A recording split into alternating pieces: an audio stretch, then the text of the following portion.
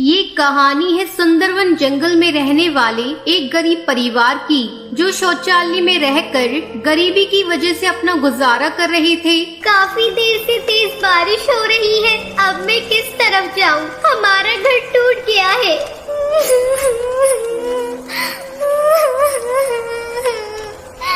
जा बेटी, अपनी बहन पिंकी को ले आ। फिर टुनटुनी पिंकी को ले आती है और तीनों पास के जंगल में छोटे से घर में चली जाती हैं।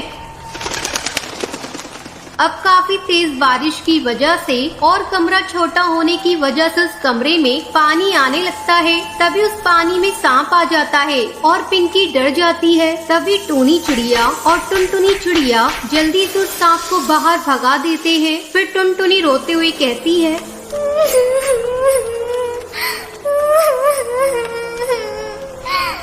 माँ, हमें कब तक ऐसे रहना पड़ेगा? पूरी दुनिया में ऐसा कोई नहीं होगा जो शौचालय को ही घर समझकर रहते हैं। माँ, हम इतने गरीब क्यों है माँ? टूनी चिड़िया के पास इसका कोई जवाब नहीं था।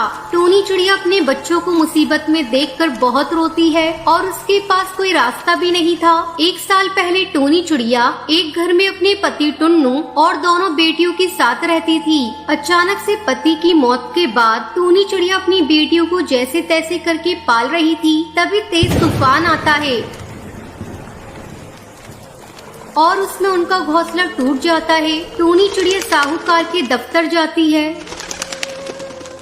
वहाँ पर बैठा मैनेजर कहता है, तो फिर आ गई, अब जाओ यहाँ से। यहाँ पहले से इतना सारा काम है और तुम बार बार आ जाती हो। ये सुनकर टूनी चिड़िया कहती है, ऐसा मत बोलिए साहब, काफी टाइम से मैं और मेरे बच्चे बिना छत के एक पेड़ पर गुजारा कर रहे हैं। तूफान, बारिश और जंगली जानवरों का भी खतरा है, तो आप हमारे घर को ठीक करवा दीजिए।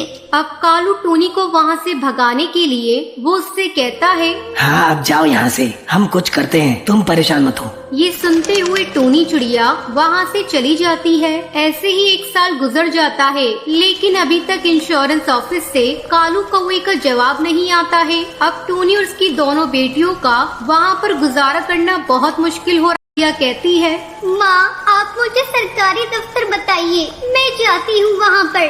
शायद मासूम चिड़िया को देखकर वो मेरी बात मान ले। अब टूनी चिड़िया अपनी दोनों बेटियों को लेकर उसके दफ्तर चली जाती है। तभी वहाँ बंटी कबूतर नाम का पक्षी बैठा हुआ था। टुनटुनी चिड़िया उससे कहती है, भाई साहब, हमारा घर पिछले साल तेज बारिश में टूट गया था और अब हम एक छोटे से शौचालय को घर बनाकर रह रहे हैं, तो आप कुछ करिए, हम गरीब की कोई नहीं सुन रहा है।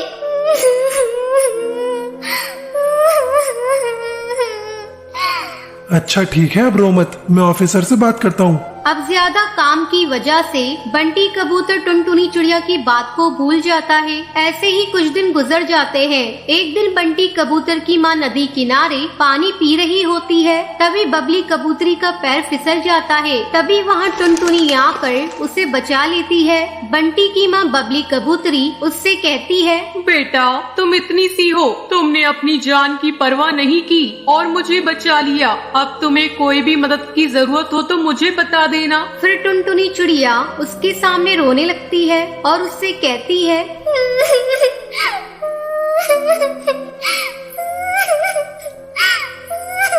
आंटी जी, हमारा घर नहीं है, वो टूट गया है। सरकारी दफ्तर वाले सुनते नहीं है। हम छोटे से शौचालय में रहकर अपना गुजारा कर रहे हैं और उसे ही अपना घर बना लिया है। अब बबली कबूतरी घर जाकर बंटी कबूतर को सारी बात बताती है। वहीं दूसरी तरफ टूनी चिड़िया और उसकी बेटियां गरीबी से परेशान होकर फांसी लगाने वाली होती है कि बंटी कबूतर वहां आ जाता है और उन्हें बचा लेता है। तभी जल्दी से बंटी उनके टूटे घर को सही करवा देता है। ये देखकर टूनी और उसकी बेटियां बहुत ही खुश होती हैं। आंटी जी, शुक्रिया आपका, जो आपने हमें बचा लिया। उसके बाद बबली कबूतरी टूनी चिड़िया उसकी बेटियों को काम पर लगवा देती है। फिर वो सभी एक साथ बहुत खुश रहते